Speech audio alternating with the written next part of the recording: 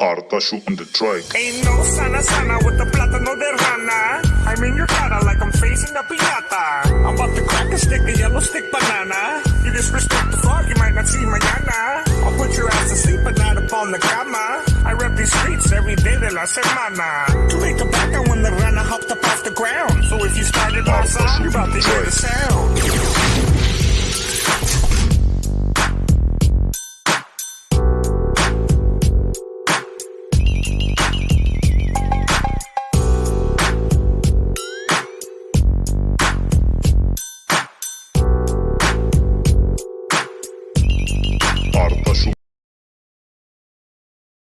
Hey, this is a short take real quick, family. I just want to talk shit to this punk little motherfuckers right here. Sorry to say it like that, but it's real facts.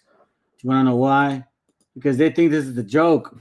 These punk mofos think it's a joke. They think it's fun and games and shit. Listen. Optimistic. If Trump becomes president of the United States, I might move back. Bro, we'd run America. Trump's the president. I'm there with Alex Jones. Me, you, Alex Jones, Justin Waller, PBD, Cheyenne, Wyoming. Yeehaw, cowboy. Be a fun summer. Sit down.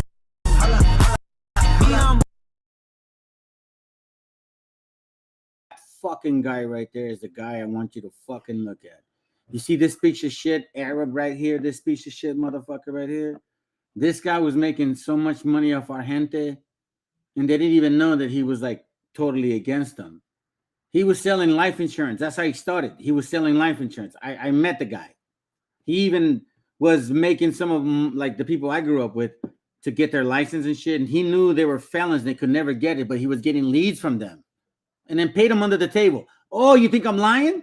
I'll take you to court any day, you fucking trash. So anyways, I'm trying to show you guys this because this is exactly what they think. They think that our livelihood, our children, this bullshit that's going on for real, they think it's a fucking game. I'm extremely optimistic. If Trump becomes president of the United States, I might move back. Bro, we'd run America. Trump's the president. I'm there with Alex Jones. Me, you, Alex Jones, Justin Waller, PBD, Cheyenne, Wyoming. Yeehaw. This is a black man right here. This is what I'm talking about. Black and white people were mixing since Europe. This is what they look like when they came here, family. And you know, listen. I know that a lot of you guys are offended by the shit that I say. I don't give a flying fucking motherfucking fuck. I don't care no more. You guys don't give a fuck. You guys rather sign up to some channel and give them his money. Give them their money, bro. I'm going to keep showing this shit. Look, listen, I'll call these motherfuckers out any day. You want to debate me on that level? We can debate against Muslim shit. This guy says he's a Muslim. You're far from understanding your own book. Oh, cowboy. Be a fun summer. Sit down. Be humble.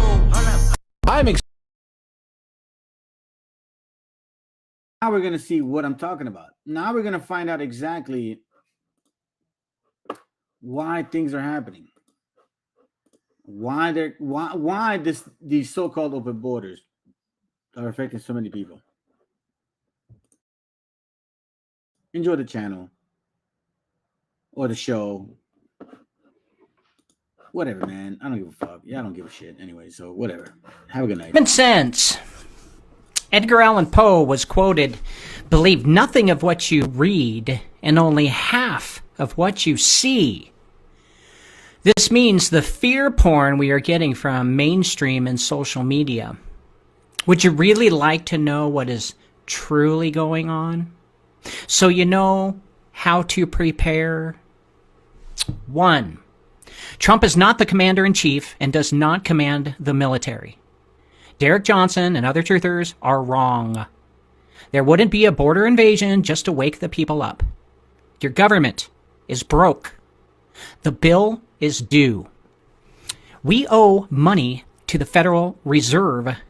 They are not a government, but a group of private bankers allowing us to borrow money from ourselves as they keep track of our ledgers.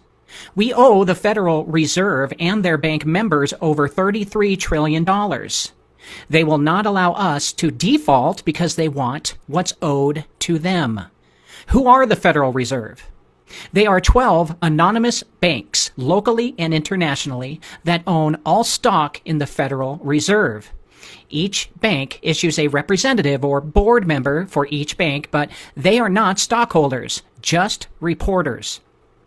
Those board members report to Congress and their private bank. The Federal Reserve owns the U.S. Treasury.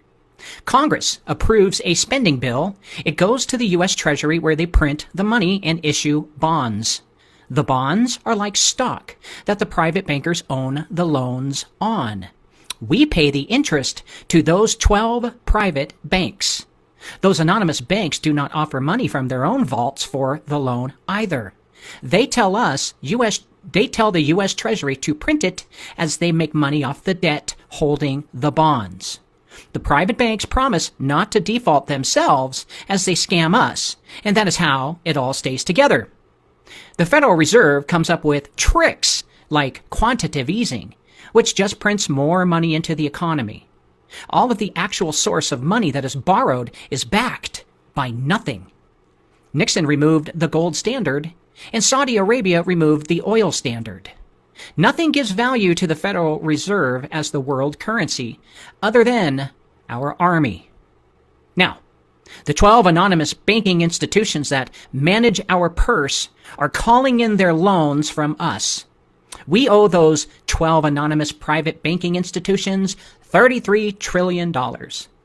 They borrowed the money from you and now want you to pay for the loan that is now backed by the American military.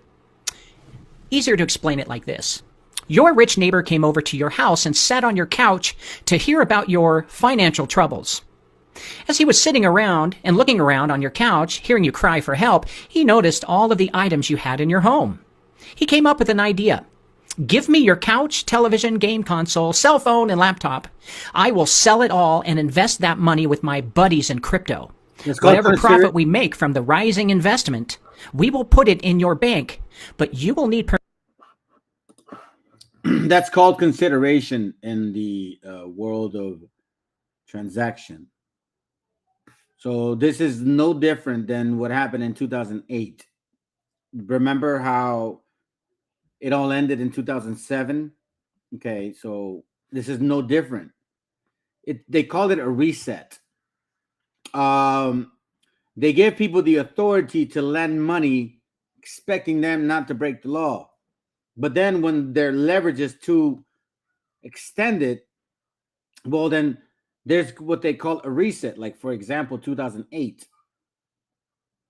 No different. You're going to see what he's going to say right now. Watch, check it out. Permission from your entire household to spend it.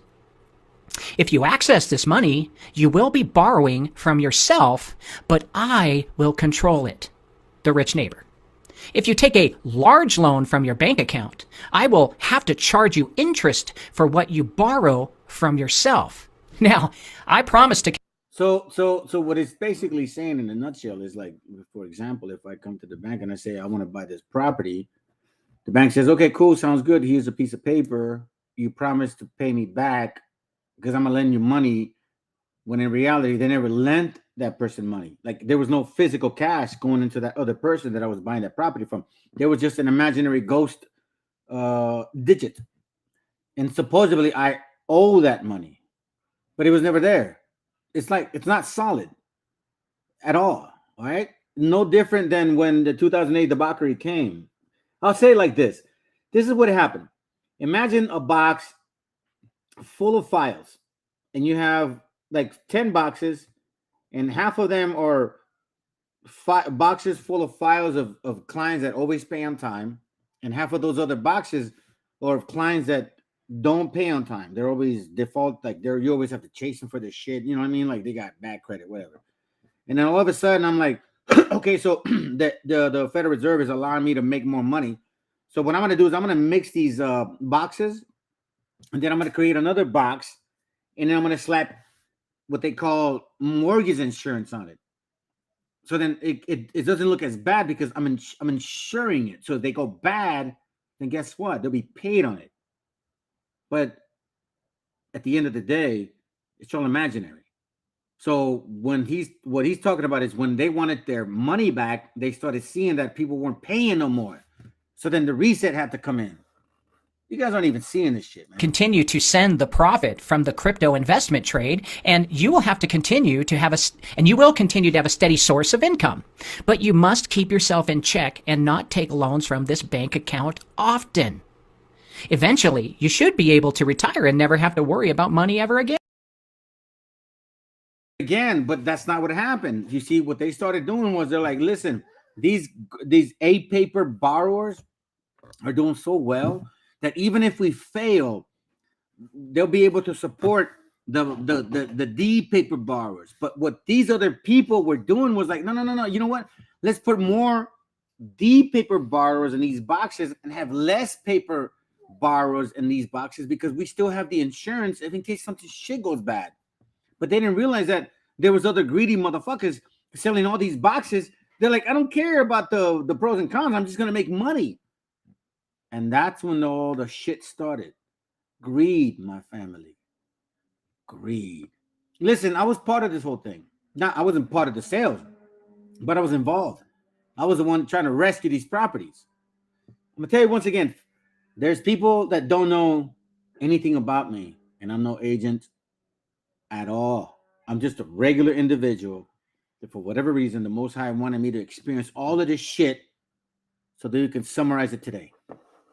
So then I can talk about it with y'all. Because apparently no one's going to tell y'all, but it had to be somebody just like you and I. Let's go. We're almost done. Yeah. It's a short class. You make the deal, and you suffer through losing your gadgets. This was the Great Depression, after we made the Federal Reserve Act of 1913. Your smart neighbor decides to pour sugar in your car gas tank without you knowing. Now you need a new engine, so you borrow from your bank, and the family agrees. Then your neighbor releases termites under your house, and you borrow from your bank again with approval from the rest of the family to remove the pests and fix the house. Now you have no more funds to borrow in your bank, so your neighbor has another idea and creates an automatic fund to be placed into the crypto account every month, so the profit will put more money in your bank. They call it a tax. Now, your wife and children are working to help pay for the crypto profit tax. After a while, your family starts to tell you that your neighbor friend is ripping you off. You try to end the relationship, but he shoots you in the head. Now, your family knows the warnings of what happens when you stop paying your taxes or find an alternative. At this point, the neighbor owns your house, car, and farm. During the course of the agreement, the generous neighbor offered to educate the family for free. So the kids did not know anything about the tax crypto interest scam. They could have taken their tax and invested it elsewhere. When they brought it up to the rich neighbor after finding the truth, well, it was already too late, as the neighbor had already sold their farm and equipment because they could never pay the interest off the money they borrowed from the interest from that tax crypto interest loan. Which is why you need The family took the neighbor to court and lost because everything was legal. They all agreed to the scam.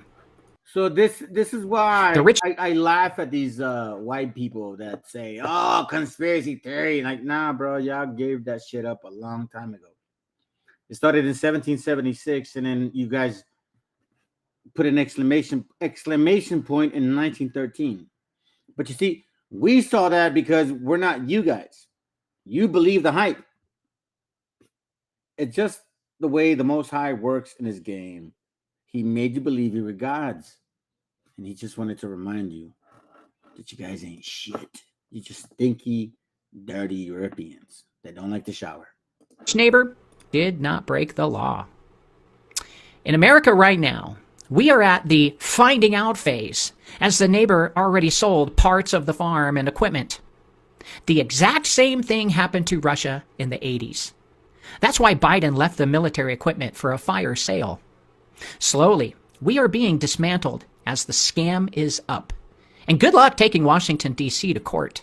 They are not an American country. It took Russia 30 years to pay off the International Monetary Fund loan. It will take us longer. In the meantime, we will most likely split up into several new countries until we regroup and settle our differences. Unless the bankers decide to take us to civil war, they may fund the left to take out the right. Hey, you know what's so funny about that, family? If that would have happened, then you don't fucked up now, because Russia wants Alaska back, and Mexico wants